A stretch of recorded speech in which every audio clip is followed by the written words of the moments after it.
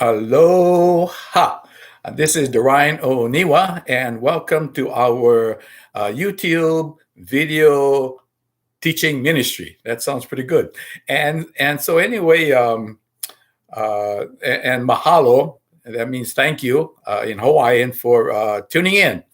And so I want to share with you about our daughter now. The last one was our son, and this time I want to share about our daughter. And I just saw her this morning, out in the garden and out in the yard, and looking at all of her plants and things. And so I asked her if it's okay if I share about how strict I was and how you're taking care of us. She said, "Yeah, go ahead." So I have permission.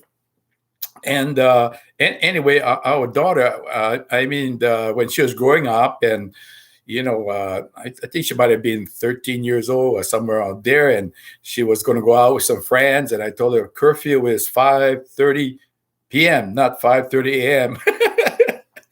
And I'm standing at the curb, waiting for her, and she was 5 minutes late, 5:35, and I told her, "You're busted for the rest of the week."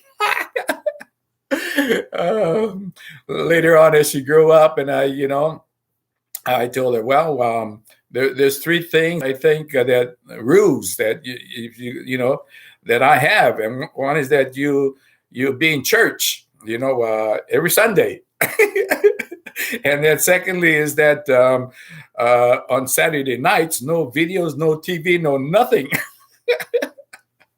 because next day is church.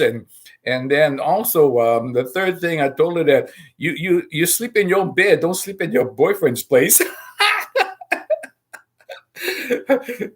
She said, "Dad, I'm 21 years old." I said, "I don't care if you're 81 years old. If you live in this house, you follow my rules."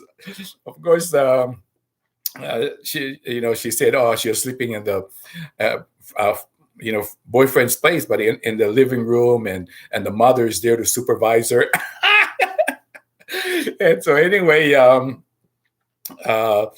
what I was going to say is that, and so as I was strict, and so as soon as she graduated, like in December and January, she moved out, got a job, and found her own apartment. And I don't blame her. If I was, I would have moved out myself. But later on, years later, I get married, have 4 kids, and all that, and finally she said, "Oh, Dad, Mom, why don't you guys move up here to Texas, and I'll take care of you guys." And that's a switch from being a strict father.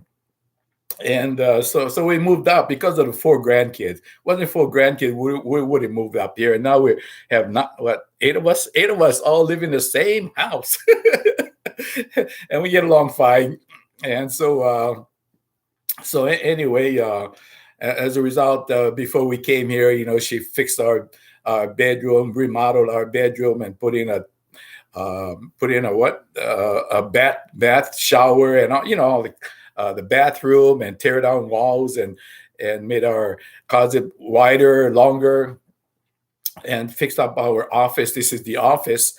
And so anyway, she did all that, and then before we came, and then after that, what else? She gave us her credit card, and Mom, Dad, here's a credit card, so we use her credit card.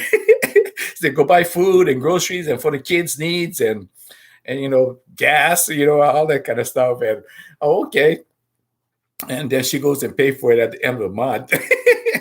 So we're just about living here free because there's no electric bill, no rent, nothing. And so God will use your own daughters like that.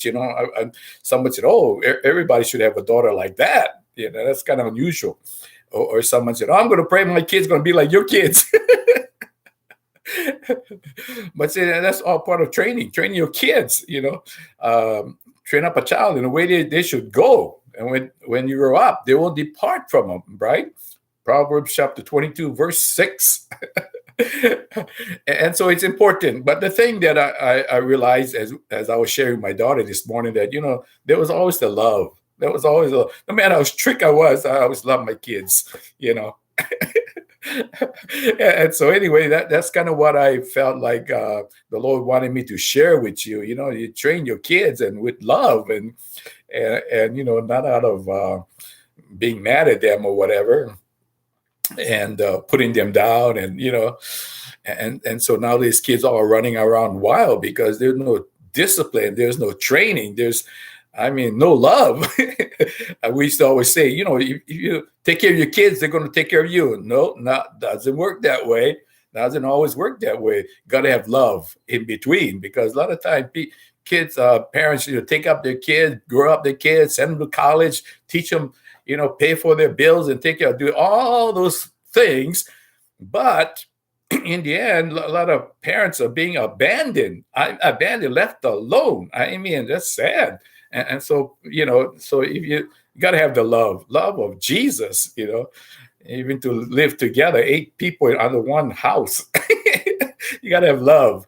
And so that's kind of what I felt like the Lord would have me to share with you, is to, you know, train up a child and with love. That's what everybody's looking for. And so God bless you. Thank you for tuning in, and we'll get back to you again another time. Hallelujah.